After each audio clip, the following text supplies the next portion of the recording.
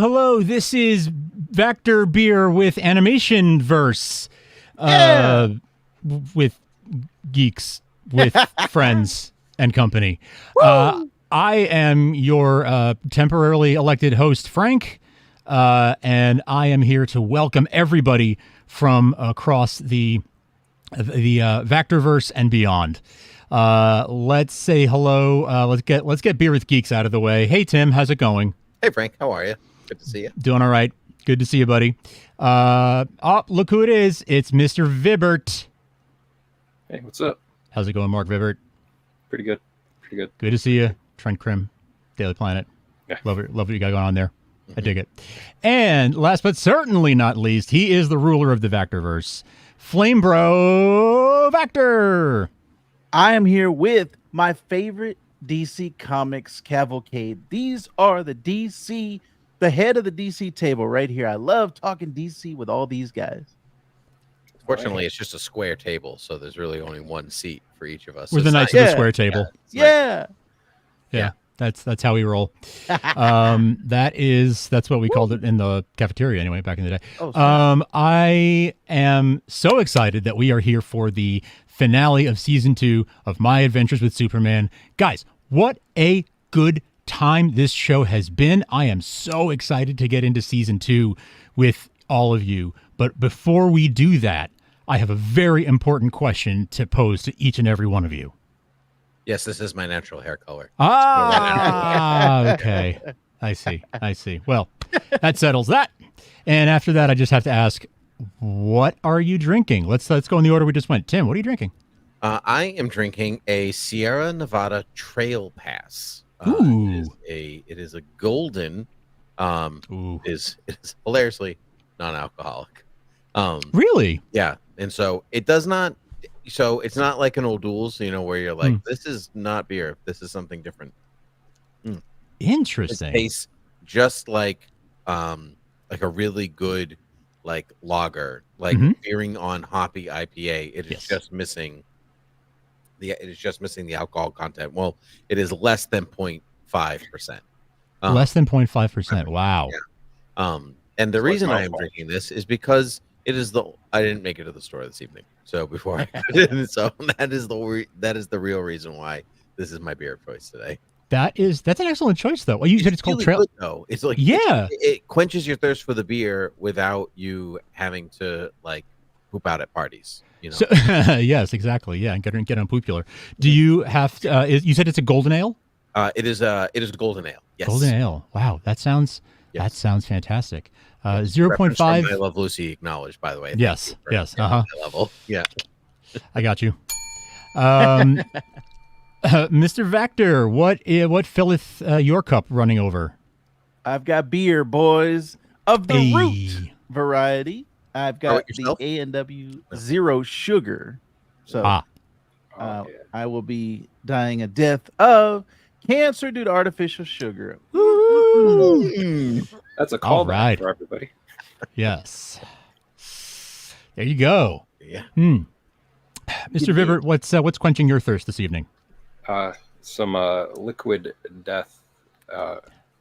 I'm murdering my thirst with some water. Nice. Murder your thirst. I love it. I love to see it. Liquid Death, the most violent water on the market. Others may go for it's Fiji, it's relaxing. No, screw that. It's death.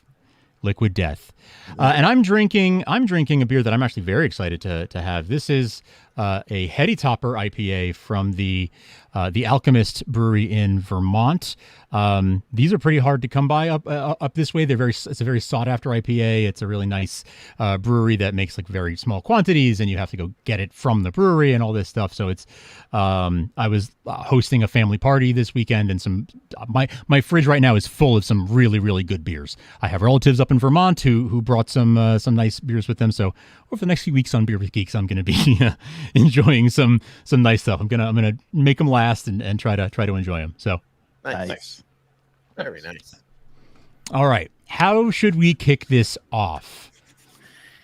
So I've been reviewing them weekly, Yes. every episode over at this comic cooks, but I haven't gotten you all's thoughts for the whole series overall. So maybe we should do just a season 2 retrospective of everything.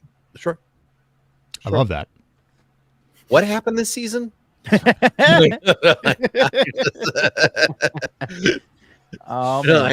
So I like when you watch a show weekly, like, and you don't really talk about it much. Like, I'll text my friend Bobby back and forth, or you guys, or whatever, and be like, "It was good," and that's basically where like my conversation on it ends. And so, like, what is fresh in my mind is like the latter half of the show. Yeah, but so like, what happened this season? Really, this was the season of Supergirl and Brainiac. That was like the main thrust of this season. We were still getting a little bit of the Clark and Lois relationship building, and they broke up, got back together. Will they, won't they? That old thing. But really, I think the biggest thing was introduction of Supergirl, Kara, and Brainiac coming to planet Earth and his whole plan that got revealed. So I'm curious, what did you guys think about Brainiac and Supergirl? How about Tim? I love AI Brainiac. It's my I think maybe because my introduction to, well, actually not my introduction to Brainiac, because I watched like maybe it was the Ruby Spears Superman had they had VHS tapes when I was a kid. I could rent at Blockbuster, whatever. That was my first Brainiac, really. But my maybe it was the Adventures of Super. Okay, whatever. That's not important. But really, like, what I really fell for with Brainiac, or fell in love with Brainiac, is the AI, Krypton AI from Superman the Animated Series. So I loved to have that back. That felt really, really warm and cozy to me. Not that I don't mind the Kaluan thing and whatever. Like, that's all good. It's but I just like how I like it being intricately tied to Krypton. And I liked, like, he had a real personality, a creepy one. Like he was not just an AI, he was an abusive AI. Like, he was a full-on abusive relationship with Supergirl, and and it didn't, for a kid show, it didn't really hold back. And like, from that, like, I like plainly saw it watching it without me feeling the need to turn the TV off because it would be too much or whatever. So I really dug it, and I liked the new design. I know people are down on the triangles of Krypton. I know it's not the most popular of designs, but I liked it. It's so radically different from what I'm used to seeing as a Brainiac design that I was a big fan. Nice. How about Frank? We haven't heard your thoughts on this season yet. Yeah, I feel like season 1 was a really fun season. And we like fell in love with the characters and got to know their dynamics and everything. And season 2 was like, all right, cool. We did the disaster in Metropolis scale. Like, now let's take it to the saving the world scale. And to bring in Brainiac is such a great way to do that. I'm with Tim on the I love AI Brainiac, because Superman the Animated Series was my introduction to it, and so that is always what I'll think of as I look into my iPhone using a continuity camera. I have the 3 dots looking at me in the eye right now, so that's fun to think about. Nice. But I really loved this season, and I thought Supergirl was what a great way to sort of, there are 2 different directions you could go with Supergirl, sort of the like automaton, very Kryptonian, like cold version, or the like becoming warm, more human version, and we got to see both because of the way that they unfolded her story, and I thought that was really, really smart. Yeah, and the Jimmy kind of romance that I love it. They showed the dating, Kara being like a giddy schoolgirl, all that stuff was great. As a matter of fact, Mr. Vibert, what did you think about Kara and this version of Supergirl? Because this is like a modern take on it, the most modern of any of the animated shows we've seen. Yeah, I really enjoyed like how it was kind of like subverted, like from what we kind of normally see, like Supergirl, like I guess most recently like live action with the show that Frank and Tim know quite a bit about, with like Melissa Benoist, how she portrayed Kara on that show. So it was cool to see like this, like, oh, because you get like this little bit of her where you're like, oh, it's going to be like that way that we kind of normally have been seeing Kara, where she's, like you're saying, bubbly and whatnot, but then you kind of get like this flip and turn with it. and you kind of can see it's like this whole like you were saying, Frank, where it's like this whole kind of like emotional like manipulation that Brainiac is doing with her, and like to the point where like she believes that like Brainiac is her dad in this. And I just enjoyed like that whole kind of subverting of expectations with it. But then then it nicely flows back into kind of like what you're more used to with Kara, and it earns that. So I liked the slow but like measured kind of arc that she had like throughout the season. Yeah, and talking about Brainiac, I think we all praised the voice cast from the first season.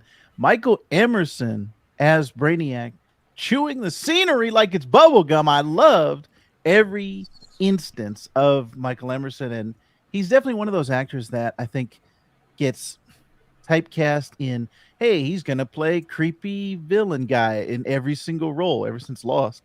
And obviously he fits that role. He does it very well. He is a different creepy villain guy every time. Yeah. You know, so it's worth noting that his creepy villain guy on Lost is different than his take on the Joker in Dark Knight Returns, is different than his take on Brainiac and My Adventures with Superman and all the other stuff that he's done. Even in Fallout, we just saw him in the Fallout TV show, and he was playing kind of a creepy scientist. But yeah, he's ahead of his time. I can't like overstate how great he is as an actor, and bringing his gravitas to this role was fantastic.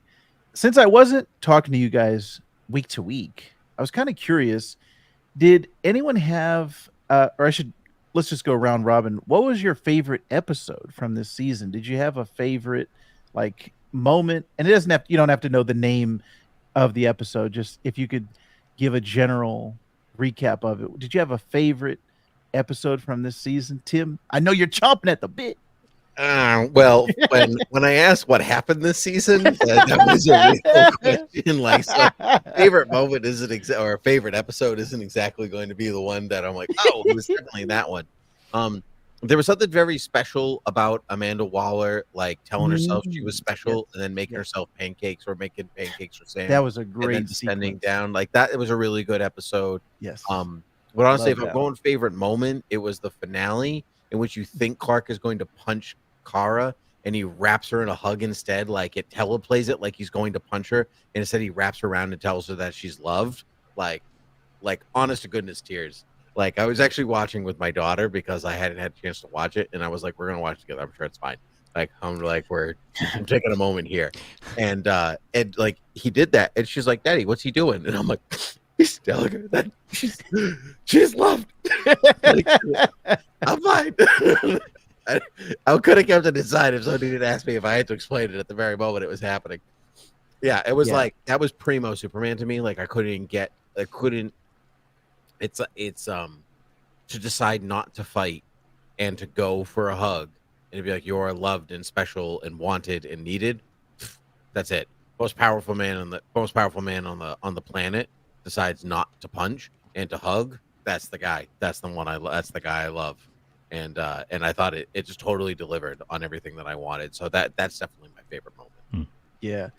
Before I asked Frank what his favorite moment was, I did want to point out what Tim is saying. There were multiple times throughout this season that I said on my recap, this is what makes Superman Superman. This is the essence and the core value of who Superman is.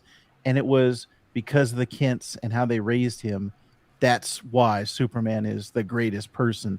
And I love the way that this show interpreted that and showed different ways of Superman being the best guy. And so I wanted to give a shout out to that. All right, Frank, what was your favorite moment from this season or favorite episode? The two-parter at the end was fantastic, and I was able to watch it as a two-parter because I had fallen a week behind right in time for the finale, so it was like, all right, let me binge the last two. Didn't realize it was going to be like a real like 1-2 punch, and so it was such a satisfying little mini movie I got to watch that I just loved that the entire finale, the Lois going after him, and the like indomitable spirit of Lois Lane. But instead of being on the case, she's, chasing down to save the man she loves. I just loved that angle of it. I love that it was sort of a backdoor way for us to see, so that Black Mercy gave us the opportunity to see like Krypton and Jor-El and Lara and all of that. So I just, what a fun, the whole Black Mercy Sun Eater thing is often a great excuse to do that, and I like that they took the option. They found a way to work it in a really fun way and an organic way that tied into the whole story, and the fact that it's so centered on Lois and Clark at the end of the day really made me happy as a Superman fan. In addition to all the stuff that you and Tim were just saying. Yeah, Vibert, what was your favorite moment from this season, or favorite episode? Kind of going off what Frank said there too, is that there's two like moments that like really stand, or I guess sequences that like really stand out to me, because there's the whole series of events there near like the last two episodes with Clark / Kal-El / Superman and Lois in Black Mercy, where they're escaping from it and like working together, and like a Lois initially is like, why am I like so like strong here, and I'm just human, and he's like, well, that's because that's how I picture you. You're the strongest person I know. And then how like they work together to like basically like slingshot each other back and forth to like punch a hole in basically like the ceiling of that to get out, when Brainiac's like, that shouldn't be possible. He's like, well, you didn't plan on Lois and Clark and getting together and teamwork. So I like that whole sequence there. And then with kind of going off the same thing too, is like the episode after Kara kind of quote unquote kidnaps Clark, and they're in the spaceship there together, and that whole kind of him getting the backstory and getting to know her a bit more, and really that relationship kind of beginning there, and finding out a few more things about Krypton there and his family. And then you can kind of see the bond with them there beginning in that, where she's still pretty much under like Brainiac's pull at that point, because she's kind of like Winter Soldiered in this season almost, in a way. But I like where you see that forming of their like family bond there at that point too. So I think overall the things I enjoyed most were like the relationships that they built and expounded on in this season. Yeah, and I love that Black Mercy that Frank was talking about, because it combined that For the Man Who Has Everything is one of my favorite Superman stories of all time, and then also almost like a Groundhog Day, where Lois is like reliving the same thing over and over again. And I love those. I'm a sucker for time travel stories, and then like time loop stories where the protagonist is replaying it over and over again. So that was, I think, my favorite moment from this season. And we mentioned Jack Quaid also a little bit earlier. Man, we're 2 seasons in now, and I still think that he was such a great choice for Clark and Superman, Clark and Cal, that vulnerability that he brings in his voice of, he's not like he's not Wolverine, right? He's not like, he's a super macho guy. It's like he has that vulnerability, and you want to give him a hug. You want to have him as your best friend. And every time I hear his voice, even on The Boys, when I hear his voice, I'm thinking of Superman now because of the show. And there's actually a really good My Adventures with Superman comic that DC's putting out right now. They're only like 2 issues in, but I'm hearing Jack Quaid's voice when I'm reading the comic, kind of like Kevin Conroy was with Batman. So he's now infiltrated my mind as Superman. Man, everything that we talked about in that first season, we all reviewed the first season. If you haven't caught it, go back in our archives and check out the first season of My Adventures with Superman. But was there anything that this season kind of improved upon for you or added to this mythos? And we're getting a 3rd season. We already know that. Was there anything that this season overall kind of just did something for you in terms of the overall mythos of Superman, or just in this show in general? Let's ask Tim again, because he's chomping at the bit. Look, he's chomping. I like the angle, the different angle on Krypton than we're used to getting. And so I think that they're doing things with like Krypton's in the Phantom Zone, like it's not exploded, like or that's fascinating. Like that's a brand new thing. And so I like that. Love the inclusion of Lex Luthor in this season. I think it's hard to have Superman without Lex Luthor. I like this version of Lex, like this, like I'm unsure of myself. Like, I run, like I'm doing what you wanted me to do instead of like him being in charge. Like he's not quite there yet, just like Superman's not quite there yet, still a little unsure of himself too. And so I'm like looking forward to their like, I guess, eventual confrontation, but it's not like a it's just a totally different feel. And I think it's what this show is doing, which no show really has done for my money since Lois and Clark, The New Adventures of Superman, is round out the Daily Planet staff and like give them something to do and have it be worth showing up there and something, like that. In Superman the Animated Series, it was like you got Perry and that's basically it. Like, right. Angela Chen every so often, right? Wasn't the same, but here, we have Steve, we have Chief, even Vicky Vale's come a couple of times from the Gotham Gazette. Yeah. Like I liked that story. And so for my money, it's kind of giving you the full version of Superman that you want, like these characters, even if they're, exaggerated, but it's also doing something different with his mythology, which I appreciate. So like it's almost like on the basis, I'm like, I recognize all these characters. This is wonderful. I know exactly who they are and how they act and what they should do. But then it's changing their environment and that and to give me new stories instead of something I've seen before, which I really don't have any interest in. I don't like. I'm past the point where I want a direct adaptation of something. Right. Like if I want the adaptation of something, I'll just read the original thing, or I'll watch the original thing. Yes. I'd rather just see something new. That's more interesting to me. It's more worth my time. So yeah, and that was the thing about the first season where it was like, this is an anime and it's bringing this new take on Superman, this modern twist on it, and it's not the same thing over and over again. So as longtime fans of Superman, I think it gives us something, and then also people who are new and they say, why should I care about Superman? I think I can tell them positively, this is the show to watch if you want to know what is good about Superman. And I think hopefully this James Gunn Superman is going to give us the same positive outlook on Superman, on the Man of Steel. So those are, and also Steve Lombard. I loved his take on this version of Steve that we got in this one. Frank, what were your thoughts on kind of what did this season add overall, or what, like when you think about season 2 in a nutshell, what are your thoughts on this is what season 2 is versus season 1? I mean, there's a lot of things, right? But what one that I'll highlight is going deeper on Lois as a character and like getting to know her getting to know her dad. Yes. Right. And seeing them spend time together, seeing what their relationship was like, what their relationship was like when she was a child and how that impacts her still to this day.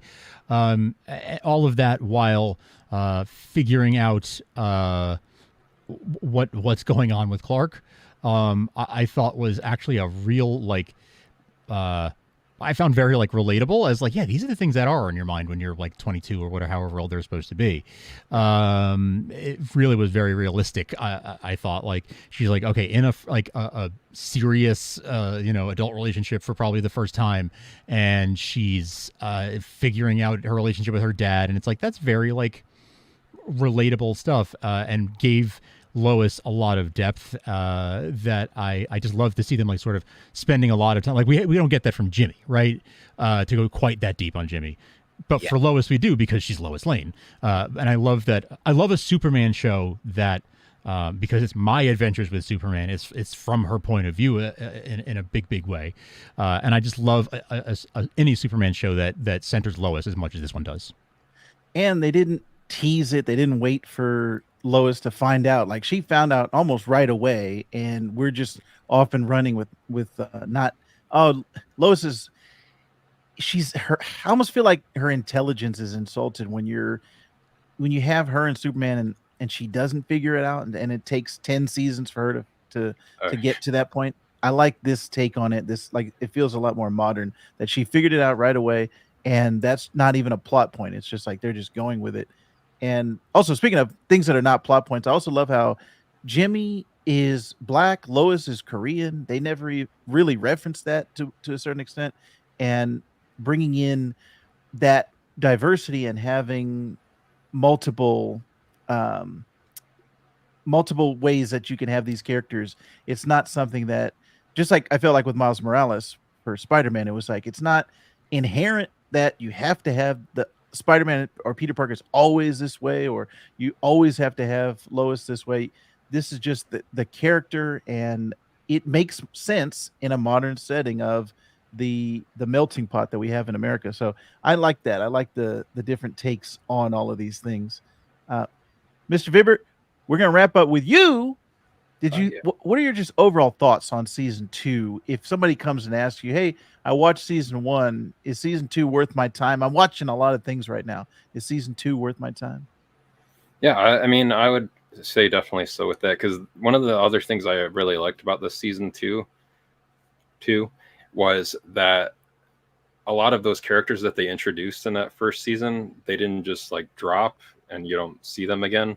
They gave like a lot of like the villains that we met in that first season. They gave them their own, they gave them their own little like mini arcs through this season. So it's cool to kind of see that going through the season 2, and to the point where a lot of them teamed up with like Clark and Kara and Lois and Jimmy and everything there at the end, not as like a permanent thing, but just like, hey, we live on this planet, so we probably should help you out too, so we can continue to do our stuff after this. So I liked that like little mini arcs that we got with all of them. And then like we got references back to stuff that happened in season 1, but you didn't necessarily need to have watched it. It's everything still fit by itself. And I liked the furthering of the relationships we had here too, like whether it was like Lois and Clark, or the stuff with Jimmy too, like being like Clark's best friend, and him being brought into that conference and then kind of like blindsided for like why he was brought into that, and like the arc that came from that. So I just really, I guess overall I enjoyed the writing for this season, because I thought it built really well off of what we already got in that first season. So it has me excited for what we'll get in a season 3, because I like the slow kind of build to like where it leaves Lex off at the end of the season. He's got Slade with him there at the end, Waller and Lois's dad. Sam seem like they're kind of at another uneasy truce again, so it'll be interesting to see what happens with them. And so I liked in that last episode we got, it's a very subtle change, but a new suit for Superman there at the end, and then Kara gets like an actual suit that's not black and red. So it was cool that they got cool new suits there at the end, so you can sell new action figures for Superman. I haven't even seen a wave of the first season of action figures. Never mind the second one. That's true. That's fair. Yeah, I felt like the new suit was a little bit of synergy. Like it felt like, I was like, oh, that S is also outlined in yellow. Funny that we've never seen that before, but now I've seen it twice. Like, so that felt like company synergy to me. I don't know if I love the giant shoulder pads, but besides that, I like the new suit. Yeah, I wasn't too hot on that, but this is one that James Gunn said is outside of the DC continuity, because when they announced all the new DC stuff, they were like, oh yeah, the same actors are going to be playing them in different formats and different mediums. And then when they asked him about My Adventures with Superman, I saw an interview the other day. He's like, yeah, that's kind of separate. That's not the new DC universe that I'm taking over. No, I mean that makes sense. It's a little bit like the Batman at the same. It's kind of like that's right. Different, but it's working, so not touching it. Yeah, right. Man, I can't wait for the Penguin. Woo! Oh yeah, my friends, this was a great time. I always love talking to everybody here about DC comics or DC animation or DC movies. Let's gather, let's reconvene when the next Superman movie comes out and all these things. I would love to hear, Mark Vibber, where can we find you on the internet, sir? So, where you can find me, I will play these nice little intros for each of us as you do this for each of us. So, for me, give me a second. Yeah. All right. Find me at animationfascination.net for Animation Fascination. If you want more Star Wars stuff, holopod.com for that. And if you want more Ted Lasso, like you got animated Trent Krim and season 2 of this, you can go to richmondwaypod.com for that. Yeah. Excellent. And the Beer with Geeks, the two geekiest beer lovers that I know, Tim and Frank, where can they find you on the internet, my friends? I'll play your beerwithgeeks.com. Beerwithgeeks.com is. Oh, sorry.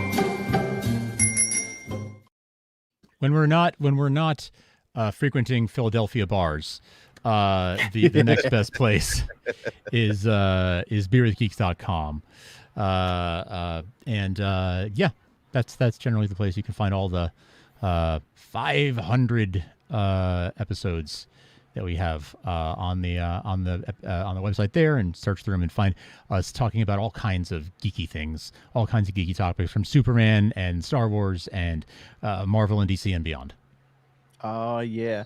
And if you're so inclined and interested, I am Vectorverse all over the internet. But if you want to see me on YouTube, This Comic Cooks is where I talk about comic books, and Trust in the Force is where I talk about Star Wars. So thank you very much for joining us. We love having all you here, and we love talking Superman. See you in season 3.